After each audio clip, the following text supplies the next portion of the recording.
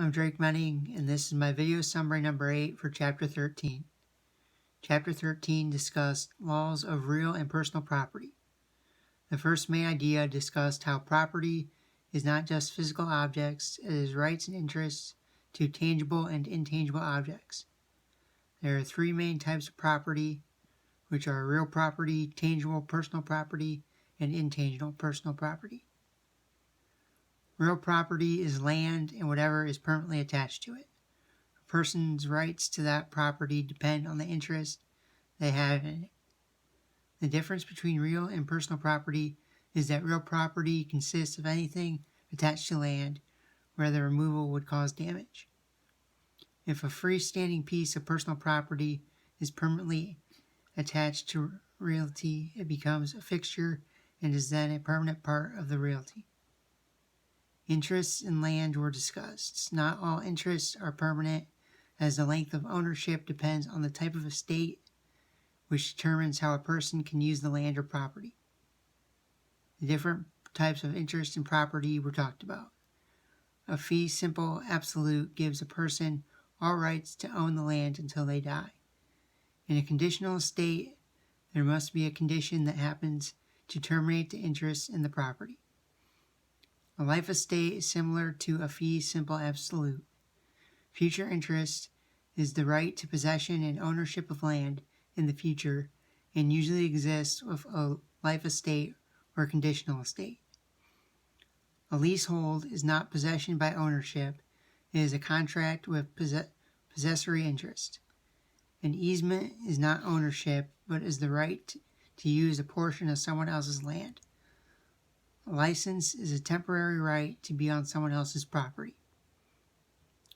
The next main topic discussed was voluntary transfer of real property. The owner of property may transfer all or part of the property to someone else for consideration or none. There are 4 proper procedures to follow to transfer property. The first procedure is execution of a properly drafted deed. The next step is delivery of the deed to the grantee with intent of transferring ownership. The next step is acceptance by the grantee who shows intent to possess the property. The next step is, which is not mandatory, is recording, which is filing the deed appropriately. The next topic discussed is involuntary transfer of real property, which occurs without the owner's knowledge and sometimes against their will. One type of involuntary transfer is adverse possession. This is when someone treats property as their own, but does not have permission from the owner, but there is also no protest from the owner, and ownership is automatically vested in that person. Condemnation is when the government gains ownership of private property for public use, with the owner contesting this action. Restrictions on land were discussed.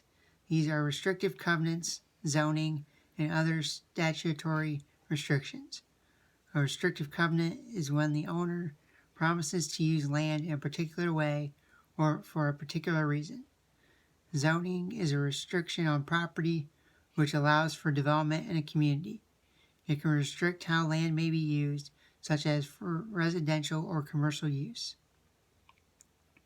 The next main topic discussed is personal property. If property is not real property, it is personal property. Personal property can be put into 2 categories, tangible property and intangible property. Tangible property refers to the physical property that can be moved, such as cars, furniture, and even pets are included in this category. Intangible property refers to the property such as a bank account or insurance policy that does not have physical form but is indicated in writing. The transfer of property was also discussed. Personal property is usually acquired by voluntary transfer, either being a purchase of a gift, or a gift. Involuntary transfer of personal property occurs when property is abandoned or lost, and the finder of this property acquires ownership through possession.